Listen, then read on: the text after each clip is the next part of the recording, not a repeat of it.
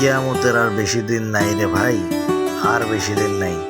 দেখেন কত বড় তারা হুজুর, তাদের মাথায় টুপি এবং দাড়ি, অথচ দেখেন তাদের সামনে তাদের ছাত্রী নাচতেছে কিভাবে রঙ্গভঙ্গ করে, আর তারা সেটার উৎসবে তারা মেতেছে।